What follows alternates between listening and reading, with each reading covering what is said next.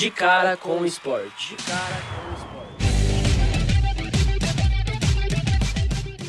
Começa agora o primeiro De Cara com o Esporte. Nosso podcast é apresentado por mim, Marcos Trevisan, e por Thiago Beato. Na produção, Clara Prado, Gabriel Lisboa e Sofia Ribeiro. Hoje vamos conversar sobre as torcidas organizadas. Assunto polêmico, hein, Marcos? E muito! O último registro de violência em campo aconteceu dia 19 de março, no jogo entre Internacional e Grêmio, no Rio Grande do Sul. Uma situação lamentável e que também envolve os times da Ponte Preta e do Guarani, de Campinas.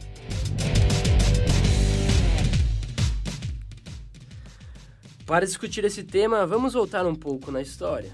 Perfeitamente! Para entendermos tudo, vamos falar um pouco sobre como surgiram as torcidas organizadas aqui no Brasil. Tudo começou pelo São Paulo, em 1939, na Moca, com o nome de Grêmio São Paulino, a famosa TUSP, Torcida Uniformizada do São Paulo. E no âmbito regional, a torcida da Ponte Preta foi a pioneira. Surgiu em 1970, formada pelos torcedores e associados do Tênis Clube de Campinas. E agora vamos falar com o torcedor da Ponte Preta para contar um pouco mais sobre como é a torcida organizada da Macaca. Estandarte desfraldado, preto e branco é sua cor.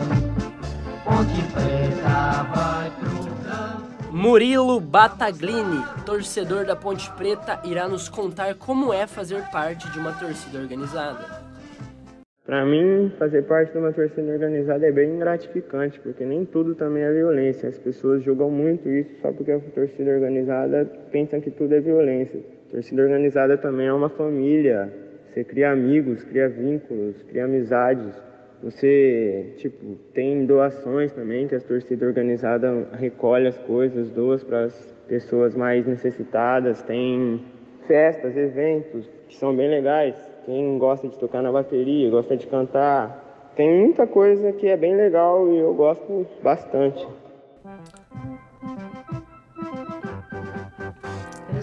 É impossível falar de torcida organizada sem lembrar dos atos de violência.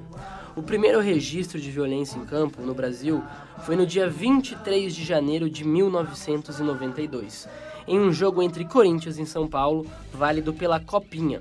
O torcedor do São Paulo, Rodrigo de Gasperi, de 13 anos, foi morto após ser atingido por uma bomba caseira lançada pela própria torcida do tricolor. E antes disso, Marcos, era comum esses atos de violência acontecerem na Europa, principalmente com os hooligans, que protagonizavam cenas horríveis, como a morte de 39 pessoas em um jogo entre Liverpool e Juventus, em 1985, conhecido como a tragédia de Heysel. Thiago, infelizmente essa violência entre os torcedores tornou-se comum aqui no Brasil. Na região de Campinas presenciamos muitos casos, principalmente em época de derby. Realmente sabemos que em semana de derby todo cuidado é pouco. Pois é. Para esclarecer como é feito o trabalho de segurança dentro de um estádio, entrevistamos duas pessoas que explicam a atuação em campo, mecanismos praticamente iguais, mesmo sendo de clubes diferentes. Em primeiro lugar, vamos falar com o Denê Douglas, segurança da Ponte Preta há 10 anos. O protocolo que é passado pra gente poder prestar bastante atenção, evitar ficar dando sorriso, né? Porque dependendo se o time estiver perdendo, principalmente o pessoal acha que tá tirando sarro. Eu, particularmente, eu ficava dentro, internamente no campo, sabe? Na grama, de frente pra torcida. Então, eu ficava de olho ali, de cara fechada, de costa pro campo, que é o normal de ficar, e cada segurança designado para o seu lugar, né? Cada um fica num portão, outro na portaria, e assim sucessivamente. E os policiais ficam na porta, dando revista ao adentrar ao campo. Agora, Henrico Pereira Antunes Sartori, conselheiro deliberativo do Guarani, vai nos contar como é feito a segurança dentro e fora de um estádio de futebol.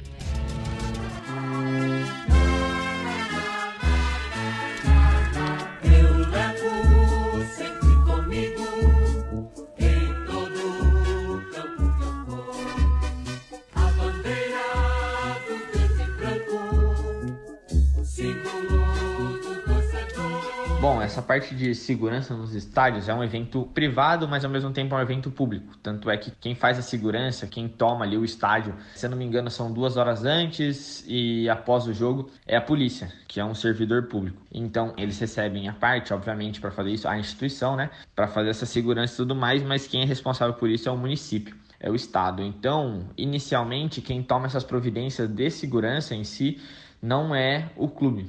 O clube não se responsabiliza por isso, mas quem faz é a segurança. Mas aí, adicionalmente, o clube ele tenta auxiliar para evitar punições. Por exemplo, se acontece alguma confusão, alguma briga, o clube vai tentar identificar aqueles que estiveram no meio da confusão para que a sua punição seja menor. Nesses últimos 6 meses, presenciamos diversos casos de violência por parte dos torcedores. Em nosso país, hoje, existe alguma punição para aqueles que cometem alguma ação que possa prejudicar o clube, Henrico?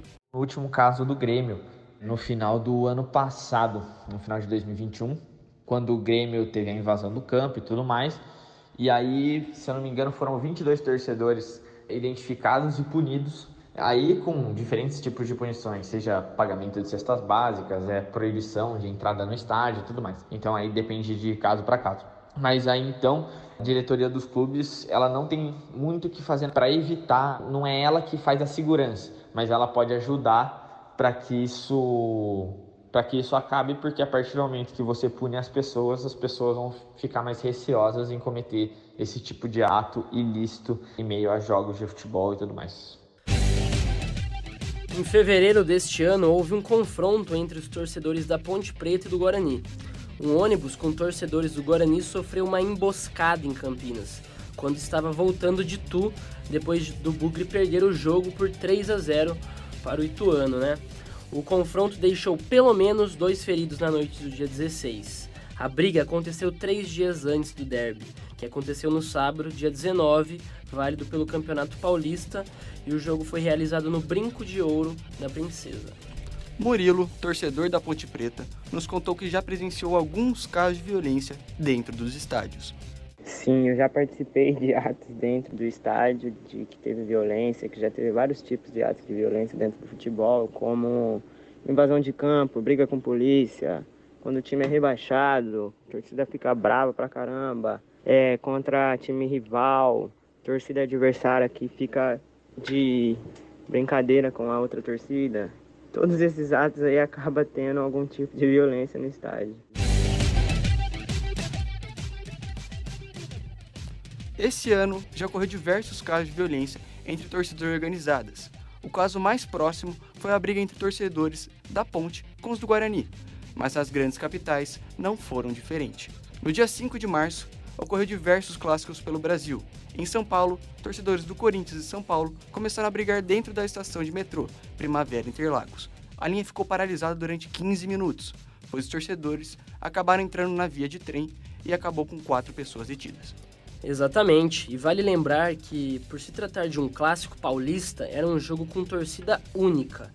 E essa determinação de torcida única foi implementada em abril de 2016 pela Secretaria de Segurança Pública, em conjunto com a Polícia Militar, Federação Paulista de Futebol e Ministério Público do Estado de São Paulo. Ao apresentarem o projeto de torcida única, a maior justificativa era que iria acabar, ou pelo menos reduzir ao máximo, os confrontos entre as torcidas. Mas podemos ver que isso não aconteceu de fato. Ainda há muitas ocorrências de brigas entre torcedores que fazem parte dessas torcidas organizadas. No mesmo fim de semana do dia 5, a capital mineira também presenciou o confronto entre essas pessoas, que se dizem torcedores. Antes do clássico entre Cruzeiro e Atlético Mineiro, torcedores dos 2 times se encontraram na rua e começaram a confusão. 2 pessoas foram baleadas durante o confronto. Uma delas faleceu na hora e a outra foi levada para o hospital em estado estável, depois de tomar um tiro no ombro. A pessoa que infelizmente morreu era cruzeirense, mas a segunda pessoa baleada não era torcedora de nenhum dos 2 times. E isso só afasta ainda mais as pessoas dos estádios. São casos como esse que as pessoas ficam com medo de ir nos jogos do seu time do coração. Exatamente, Marcos. Mas não foi só no Brasil que a violência foi notícia no futebol, né? Isso mesmo. No mesmo fim de semana, o jogo válido entre Atlas e Querétaro, válido pelo Campeonato do México, foi interrompido por conta de uma briga generalizada. A briga começou simplesmente aos 15 minutos do segundo tempo. Torcedores das duas equipes invadiram o campo e começaram um combate violento. E ao todo, 26 pessoas ficaram feridas. Lamentável. O ambiente do futebol só irá mudar quando as pessoas mudarem. Não vai ser nenhuma lei ou projeto que vai mudar essas situações do dia para a noite. Eu concordo completamente com você, Thiago. E é desse jeito que terminamos nosso podcast de hoje. Agradecemos a todos pela companhia e até mais. Até a próxima. De cara com o esporte. Esse podcast é uma produção dos alunos do 5º semestre de jornalismo da PUC Campinas, orientados pela professora Rose Barnes.